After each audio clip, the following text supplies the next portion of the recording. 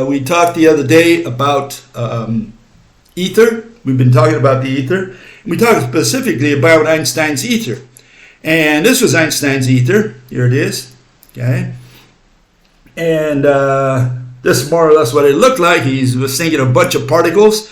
He was saying that it moves so that you can't gauge your certain things, certain phenomena with respect to this dynamic ether. Okay. And it's a very different ether than the one that Newton had. This is Newton's ether. Boy, it looks exactly the same if you ask me. But, you know, they say it's a different ether than the one Newton had. And apparently it's very different, these two ethers, than the one that the Greeks had, which was this one. Which, again, seems like exactly the same ether. Looks like they all had the same ether if you ask me. But in the case of Aristotle and Plato, you know, they had this notion that the ether was really outside the earth. It wasn't here together with us, with the air and with all the stuff here on earth. No, it was outside the four other elements that comprised the world in which we live. That's the notion that Aristotle had. So the ether really hasn't changed at all as far as what it is. It's always been a bunch of particles. That's all the ether has been.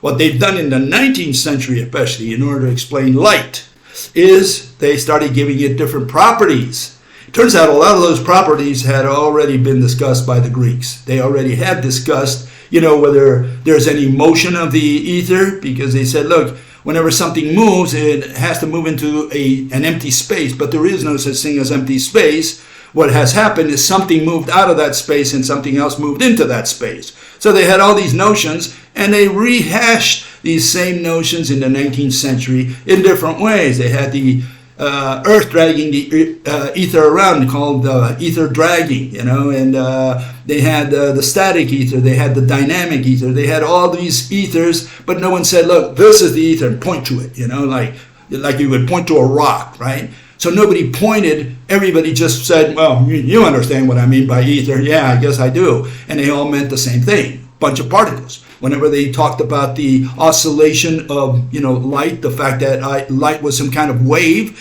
it was the waving of the ether. That's what they imagined. And what was the ether? A bunch of particles. It had to be flexible, then it had to be also solid to carry waves, and so on down the line. So they had all these kinds of problems. And even to this day, they haven't resolved any of that. They still have the ether. And here we have a fellow Nobel Prize, just so you say that. Don't accuse me of inventing all this stuff. Here's Robert Laughlin, Nobel Prize, and he tells it to you in your face. Says, the modern concept of the vacuum of space confirmed every day by experiment is a relativistic, what? Ether. But we don't call it that because it's taboo. Yeah, it's taboo to talk about the ether, so they don't call it that, but that's what it is. It's, you know, general relativity and quantum mechanics have not invented anything new. They always refer to that region they know nothing about as the ether. It's like the world of spirits, right? That's what it is. And this is the way they illustrate that ether, okay? Out there, this is not mine again. This is from all these great geniuses who came up and said, look, that's the ether. I don't want to call it ether. I'm going to call it the false vacuum or whatever. So this is what they have. They have all these virtual particles popping in and out of existence. And when they stop existing, the question is, what kind of hole do they leave behind? You know, I mean, again, I guess the space is filled by an expanding particle. Who knows? I mean, they never resolve these issues. They just leave them hanging there and say, look, that's what we think is out there in the region we call empty space or vacuum. It's full of ether. I didn't mean to say ether. I mean to say virtual particles. So yeah, they have these virtual particles, which is another word for the ether. That's all it is. Okay, another term. Okay, and starting at the beginning of the century, the 20th century, you had people like Einstein and Lorentz and Poincaré. All these people came up with these notions and eventually ended up with what we called today quantum mechanics. You had also Niels Bohr and Rutherford and so on, and they all came up with these notions. And what was the notion of quantum? Why is it called quantum? Well, it's called quantum because it's about quantities, about amounts, about, values. And so here you had two fellows, two of those most prominent fellows, Max Planck and Einstein. Max Planck, 1900, he comes up with his notion, his theory of black box energy, and Einstein comes 5 years later with his notion of how he explained the photoelectric effect. They both win Nobel Prizes a few years later. Okay, why? Because they proved mathematically, or to the mathematical crowd, that there's something called the quantity of energy, a packet of energy, an amount of energy, a lump, like a stone made of energy, or whatever, however you want to think of it. It's a ball of energy, okay? And so that's what they proved. So that's what the quantum was, okay? So very straightforward. They're talking about little balls. They're talking about this. They're saying, look, quantum is this, a little packet of energy. Think of that not as a ball, but as energy. Maybe it's round, maybe it's cubic, I don't know, but it's a discrete entity. That's my point, okay? And they both proved it. They both won Nobel Prizes for it, so it was a done deal. We're done. Quantum has to do with particles. The Standard Model talks about particles. What is a particle? Again, an encased ball of energy. That's what it is. It's a lump. And that's not what we have today. Today, somehow, it morphed over the years, and they have what is known as quantum field theory. So they went into the field notion, and they call it quantum field. They put the word quantum. They don't want to get rid of the word quantum because that would destroy all of what they did in 100 years. So they leave the word quantum, but they added field. And they said, well, we have the electromagnetic field, we have the gluon field, we have the quark field, we have all these fields, maybe even the graviton field out there, Higgs field for sure, So you have all these fields out there. And since you have all these fields, maybe that's the way to approach to reconcile, quantum mechanics with general relativity, which is a field theory. Guess what? So, in order to, blend them somehow, get the gut or the toe, grand unified theory or the theory of everything, well, you got to talk about fields and not about particles, because space-time or general relativity cares not for particles, okay? Which is not true either, because an event is a point in space-time, and all these points make up space-time. So again, we're talking about a particle notion of space-time, right? So it's not completely true, but you get, I guess, the notion of what these people are trying to do.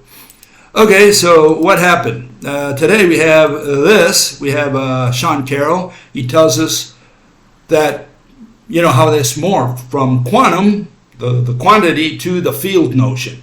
And listen to him, because if I tell you that, you say, well, Bill, you're saying this. No. Here we have a guy out there, a mathematical physicist, who's representing his guild, his discipline known as mathematical physics. He tells you that they switched over from particles to fields, okay? And here it is.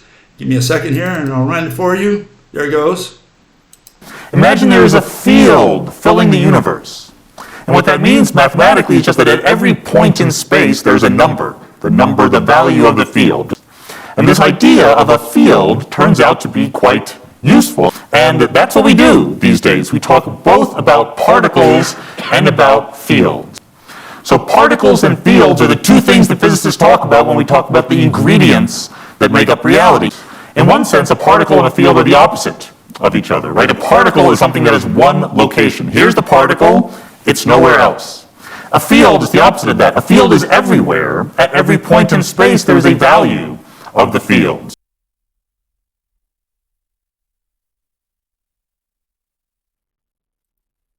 So what is a field? Well, it's a value at each point in space. And this so-called field, these numbers, I guess, they extend to infinity, meaning to nowhere, so that you don't ask the question. Okay, that's how far it extends, forever. And so with that, they fixed the problem. You don't ask questions about where the field ends, but it is an extended entity. That's how they visualize it. And then, so what is a particle then? Well, where did particles go? The quantum particles, Standard Model, what happened to that? And he tells you here, that a field, that a particle is a field excitation. Again, good old Sean Carroll, Let's run them so that you can hear him, right? Not me. Here goes. Is light, for example, a particle or a wave? A wave is sort of a vibration in a field. So what's the answer to this? This is the answer. It's fields. It's not a mystery. They always tell you that question. They never tell you the answer. You need to stop thinking of the world in terms of particles. You need to start thinking of it in terms of fields. There are particles in the world. No, there aren't. That's the secret that we physicists have never told you, but here I am, I'm going to tell you right now. The world is made of fields, but quantum mechanics says when you look at the world, you don't see it directly. So the reason you think that there are particles is because there are actually all of these fields filling empty space. At every point in space, there's dozens of little vibrating fields in front of you. But quantum mechanics says that when you look at the fields closely enough, they resolve into individual particles. Quantum mechanics says you look at that light very carefully and it turns into individual particles called photons. Photons are the particles that you see when you look at a wave in the electromagnetic field. The reason why light resolves into photons is because quantum mechanics says that when you look at it, that's what you see. The relationship between particles and fields is that fields are what the world is made of, particles are what you see. So the atoms in this table, the electrons, the quarks, the protons, these are all vibrations in fields. There's a quark field that is vibrating. You look at it, you see quarks. There's an electron field that is vibrating. There's a neutrino field that is vibrating. There's a gravitational field that is vibrating, and so on and so on. Okay, so what you're seeing there is that all these particles are simply vibrations of the field, local vibrations of the field. That's how they fix the problem, okay, conceptually. They're saying, look, the field, this thing that general relativity has, is this extended thing. And how do we fit quantum mechanic particles with that? Well, very simple. All you say is that it's a local vibration of the field, and now you fix the problem. You have the particle and you have the field both in one theory, one notion, right? Especially mathematical notion. Just so you see that I'm not cherry picking anything here. Here we have another fellow. His name is Arvind Ash, and he's another prominent guy who's trying to peddle his stuff on YouTube, right? And this is what he has to say again, that particle is a field, a local vibration of the field. Here it is. We can visualize these fields as a kind of ocean. Just like the ocean wave has some turbulence, the fields always have a kind of turbulence, even in their ground state of minimal energy. This turbulence is due to the virtual particle creation and annihilation I just described. In these turbulent seas, if there's enough energy, a large wave can be created, which can be measured. These are the real particles. So a particle is nothing more than an excitation in this field.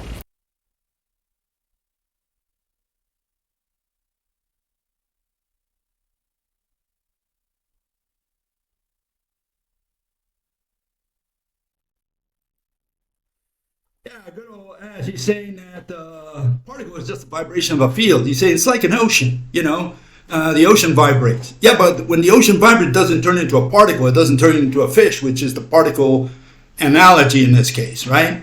So they're saying here you have the field, but it turns into a particle, a discrete particle. And they never show it as a discrete particle. Notice that it's a peninsula. It's not an island, it's a peninsula coming out of the field, right? And then it goes back to being the field, but it never gets completely isolated. So they never clarify these notions, which are not completely rational, right? They just leave it hanging there and let you figure it out, see if you can visualize it, right? So this is part of the problem that we have today, okay? That, they leave it up to everybody to figure out what they're talking about. Okay, so none of this really is new. You could say, well, they came up with these new concepts. No. Here we have, I showed you the other day, this fellow, and his name was Lord Kelvin, and he was saying the same thing. The ether, the vibration of the ether, different vibrations of the ether were different atoms. They had already discovered that there were different atoms out there. Mendeleev discovered all these categories of different atoms. And so Thomson was trying to make sense of this, and he said, hey, very simple. We have all this ether. They have different vibrations, and because they vibrate differently, they have all these different atoms. And so he pictured it like all these swirls, these spirals, these whatevers, and he said each one of these is a different atom. It's just different manifestations of the ether. Okay, that's how he visualizes things.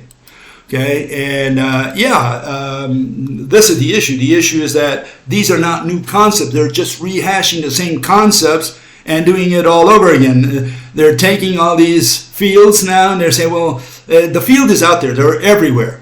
And all these fields, they're superimposed upon each other. You can see that what Arvin Ash did was he put them in parallel. And then he put them communicating with each other by some energy transfer or whatever nonsense. And so they have all these fields, but they have them in parallel. Why in parallel? I thought they were all superimposed upon each other, that every field, whether it's a gluon field, a quark field, a Higgs field, a gravitational field, they're everywhere in the universe. Each one of those covers the entire universe.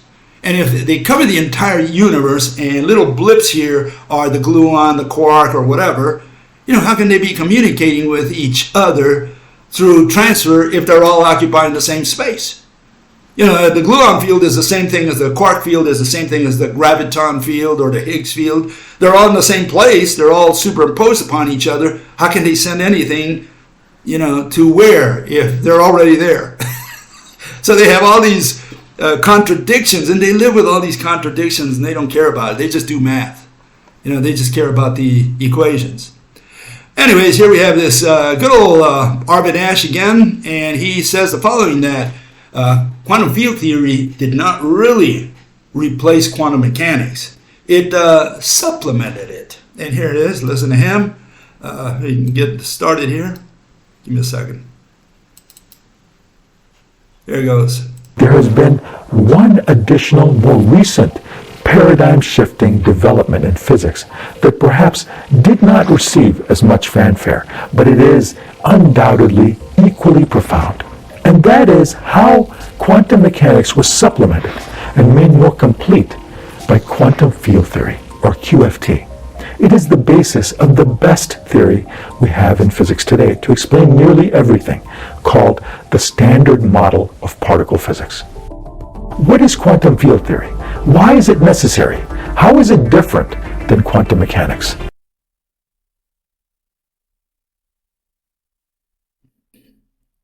Yeah, quantum field theory did replace quantum mechanics.